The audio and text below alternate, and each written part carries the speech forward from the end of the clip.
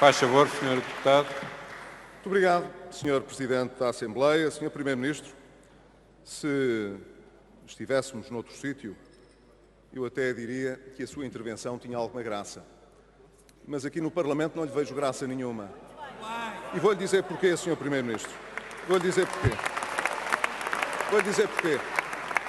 Eu não vejo nenhum mérito em negar a realidade. O Sr. Primeiro-Ministro veio aqui dizer-nos que vivíamos de 3 mitos.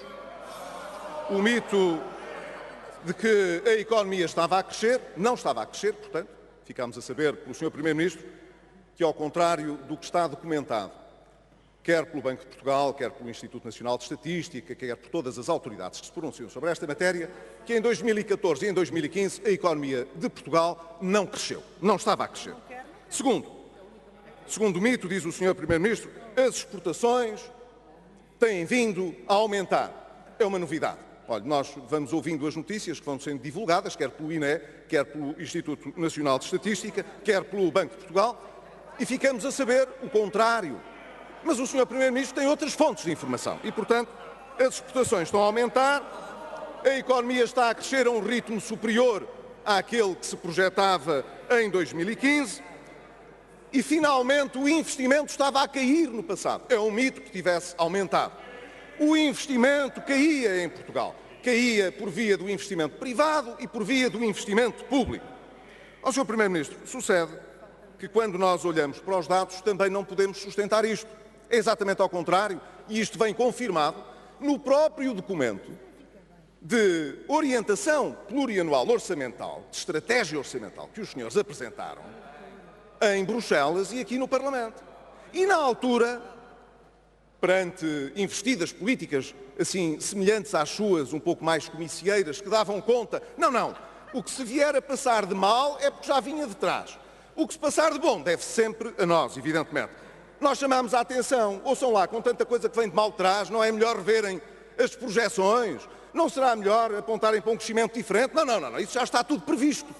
E isso já está tudo previsto, dizia o Sr. Primeiro-Ministro, tudo previsto. Já temos resposta para esses problemas todos. Mas os resultados não evidenciam isso, Sr. Primeiro-Ministro.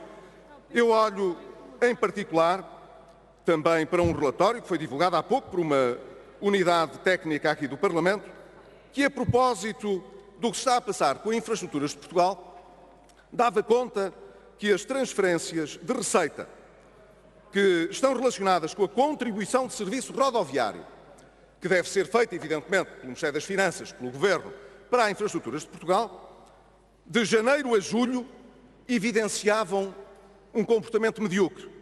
Em 2015 tinham sido transferidos 156 milhões. Durante esse período, em 2016, 35 milhões. Ó, Sr. Primeiro-Ministro, o que é que aconteceu à contribuição rodoviária? Evaporou. Onde é que ela está? Evaporou. Porquê é que não é transferida para as infraestruturas de Portugal? O que é que a Infraestruturas de Portugal está a deixar de fazer porque essa receita não é disponibilizada? Que efeito é que isto tem sobre as contas públicas do primeiro semestre?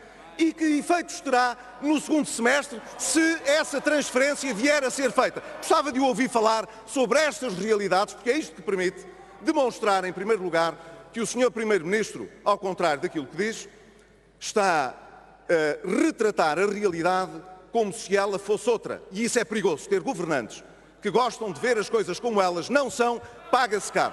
E nós, Sr. Primeiro-Ministro, pagámos isso muito caro durante uns anos.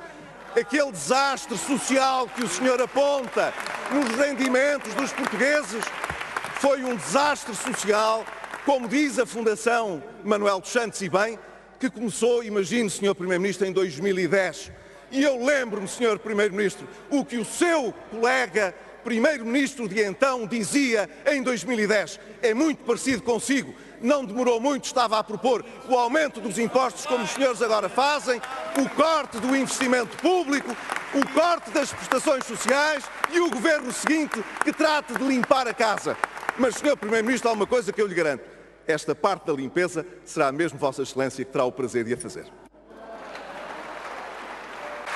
Muito obrigado, Sr. Deputado. Sr. Deputado Coelho.